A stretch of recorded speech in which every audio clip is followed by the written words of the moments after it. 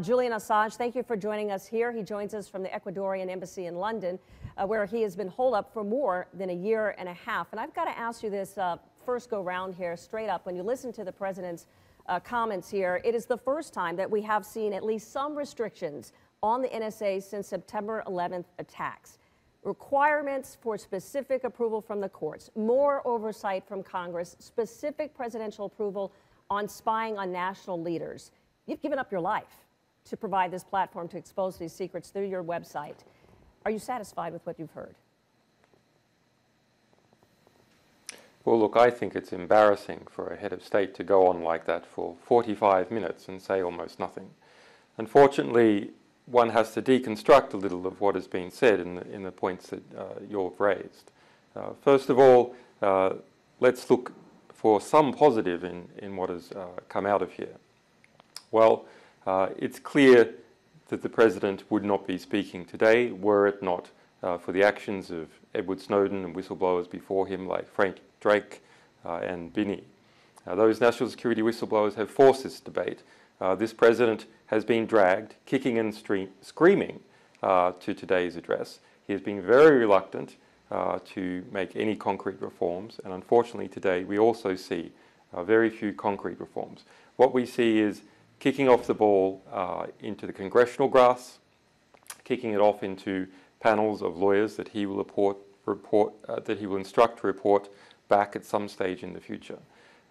My greatest concern, I think, looking at this broader package, is that there is what was not said. There was no restriction on secret law. The FISA court, which he named as the court that will review some of this process, is known to be the most secret captive court in the United States that's producing secret judge-made law. There was a law, Section 215, that was designed to protect American citizens from these invasive searches and seizures.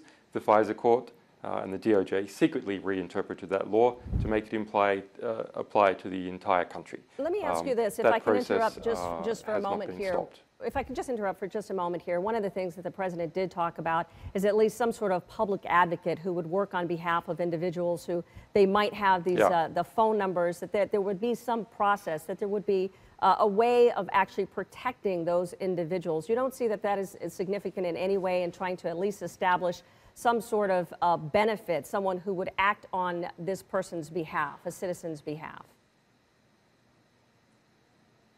Well, look, the FISA court itself was originally set up following recommendations from the Church Committee in the 70s, and over time was quickly corrupted.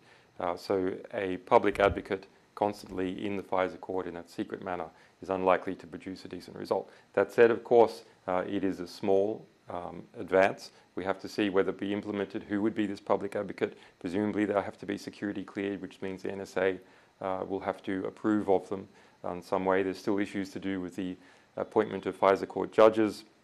But the big problem with the FISA court is the creation of secret judge-made law that is capable of reinterpreting anything that Congress passes in order to make it acceptable for the NSA to engage in bulk collection activity. What we didn't hear from the president was any meaningful protection of US business. And you know, I've been involved in the tech industry for a long time. I know my friends in the US are really hurting as a result of of what has happened in the NSA. As far as the outside world is concerned, the United States has become an archipelago of coercion, where any person you were dealing with in business at Google or Facebook or Yahoo or at a telecommunications company might have become secretly an agent of the National Security Agency because they're ordered to do so by the FISA court, and they're forced to keep that secret or through the mechanism of national security letters. Let me talk a little bit. At the moment, Sure. Europe has much more competitive protections than the United States for cloud data. IBM's exports of its mainframe computers to China this year cut back 40%. Julian, the US tech industry is hemorrhaging, and there's no protection, no meaningful protection given in this. I understand your point there, because there are at least a group of people from the telecommunications business who did visit with the president who complained that there were problems in terms of competition, saying that their own software was being tainted. That was a problem to get public trust, if you will, for those particular companies. So that is a valid point. But the president did acknowledge that the U.S. has gone too far in spying on world leaders. He's saying that, you know, if he wants to talk to the German Chancellor, Angela Merkel, he can pick up the phone and call her. That he's not necessarily going to spy on foreign leaders, but would still spy on foreign governments. I want you to listen to the distinction that the president made. Now, let me be clear. Our intelligence agencies will continue to gather information about the intentions of governments, as opposed to ordinary citizens, around the world, in the same way that the intelligence services of every other nation does. We will not apologize simply because our services may be more effective. Isn't that an important distinction here? I mean, he does give some assurances that, you know, this is not going to be something that's going to be done nilly-willy here, that they will have to have at least some sort of national security concern if they're going to look at these foreign leaders and foreign governments. And he makes that distinction. Well, we heard a lot of lies in this speech by Obama. He said, for example, that the National Security Agency has never abused what it has done. When the FISA court has found, like, even the FISA court has found again and again that it has done just that. So if the National Security Agency is interpreting what national security means, the secret court, FISA, is interpreting what national security means, well, of course, these are ambiguous, woolly terms. And in a secret institution, they gradually become corrupted over time. That's precisely how we ended up in this process. But okay, you can say that we're not going to spy on Angela Merkel or yes, go ahead. Yeah, we're not going to spy on Angela Merkel or David Cameron. We're not going to spy on Angela Merkel or David Cameron or the Australian Prime Minister. Sure, but you don't spy on them. You just spy on everyone else that they talk to. I mean, it doesn't mean anything to not spy on world leaders. Maybe you can save a bit of PR flack if another Edward Snowden comes along. I don't think actually the spying on world leaders, why it can cause PR problems. I don't see that, to me, as a real concern.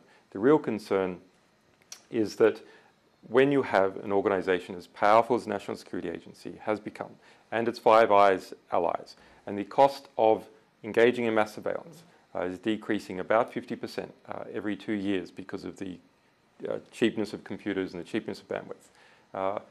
That is a threat to constitutional government in the United States and also into other countries. What I wanted to see today was a mechanism that would retard that tendency of producing a long-term threat to constitutional government. I don't see that. I don't see that individuals are protected from those surveillance abuses. I don't see any prosecutions. You know, government is serious when it starts talking about someone's going to be prosecuted. It's going to prosecute Edward Snowden. Julian, I didn't see talk of prosecution of James Clapper, investigation of anyone being fired, the National Security Agency being split apart into its functions, decreases in budgets, or any protection. I want to talk about Edward Snowden, who is now in Russia. He's granted temporary asylum for his role in releasing and exposing those classified NSA surveillance programs. There have been some pretty high-powered folks who don't want to see Snowden harshly punished here. For instance, senators like Rand Paul, who we just heard from within the last hour, as well as the New York Times. Rand Paul saying, I don't think Edward Snowden deserves the death penalty or life in prison. I think that's inappropriate, and I think that's why he fled. New York Times editorial, it is time for the United States to offer Mr. Snowden a plea bargain or some form of clemency that would allow him to return home. Here's what the president said about Snowden today.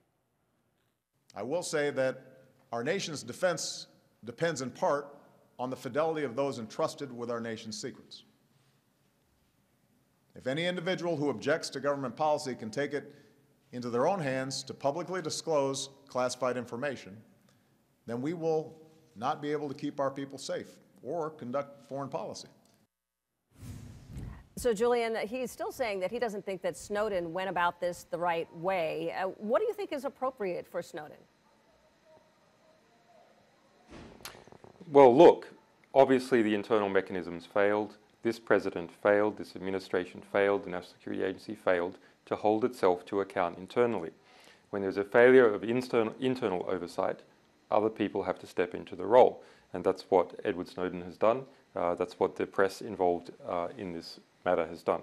Edward Snowden next week will be making, I believe, an online response to President Obama on freesnowden.is, his defense team and defense fund. Tell us more about that. When was the last time you talked to Edward Snowden or his team? Well, because of communication security concerns, which must be all too obvious, I don't speak directly about the nature of my communications. The UK government has admitted to spending £6 million, about $10 million so far, on spying on me in this embassy, just for the police alone. But I think Edward Snowden today will be quite happy that at least there is 45 minutes of a president speaking about these issues. There's going to be a lot of debate generated as a result of the president's statements, debates including some of the details. For example, if an independent body is created to hold that data, well, presumably the FBI and other law enforcement bodies will also go after it. We know what the situation is in Europe. Many European countries tell their telcos to hold the data for 18 months. Others, such as Germany, have found that to be unconstitutional. It's deleted. What's the difference in the United States, where people in the United States are subject to less rights than Europe, despite the Fourth Amendment? So clearly there's a problem there. Edward Snowden and other NSA whistleblowers have seen that problem and are addressing it. Julian, in relation to your question about Edward Snowden's circumstance and what will happen with him, well, he is, thanks to our efforts and some lawyers, safe now in Russia. His visa is coming up for renewal in 8 months, his asylum visa. I suppose that is an important time for him, and people should be supportive of him. It's outrageous to see President Obama condemning him on the one hand and saying it at the same time. So, excuse me, do you know if he was watching the president's speech? You say that he's going to be responding in about a week or so. Do you know if he was watching? He will be responding next week, I believe, possibly early next week. I'm not sure if he's watching, but I'm sure he's following the matter quite closely. I know he does follow the debate and the reform debate in the United States quite closely. And let's talk about your own circumstance here, because what we understand is that at least here in the United States, that you are likely not going to be facing charges. Officials have indicated that there is no sealed indictment against you. And according to the New York Times, Justice Department officials are saying that, you know, if they were to prosecute you, they'd have to prosecute many news organizations in the United States and journalists as well. They're just not going to do that. If that's off the table, right, and you're not going to have to likely face charges in the United States, you still face the allegations in Sweden of sexual misconduct. You've repeatedly said those are politically motivated, retribution for your website. Would you consider stepping out of the embassy grounds, off the grounds, taking your case, and defending yourself in Sweden to prove them wrong? Well, look, unfortunately, it's not the case, what you claim. That was one anonymous official speaking anonymously to the Washington Post. Subsequently, the district attorney involved in the matter, in our grand jury, which has now been going for 3 years, the biggest investigation into a publisher, the most expensive that has ever occurred in US history. I'm sorry, what did you say was not the case? Federal attorney. Are you talking about the allegations in Sweden, or are you talking about the indictment in the United States? Formally, the investigation into WikiLeaks and me continues in the United States. It's run by the Virginia Virginia federal attorney. He has confirmed that it formally continues. There seems to be some debate, perhaps within the DOJ, about the correctness of that investigation. I hope that our staff are protected and that wiser heads prevail in the US and drop that investigation. But unfortunately, now it continues. We know that a wide range of people have been involved in that investigation. The FBI, the NSA, the CIA has publicly declared that it's been involved in that investigation, the Pentagon, etc. 12 US government agencies. It has been the largest investigation into a publisher ever. It has gone for more than 3 years and it continues. It's a disgrace. It's a threat to journalists. It's a threat to my staff. Thanks to our lawyers, we've been fighting it, but thus far it continues. In relation to the Swedish matter, I have not been charged in Sweden. There are allegations.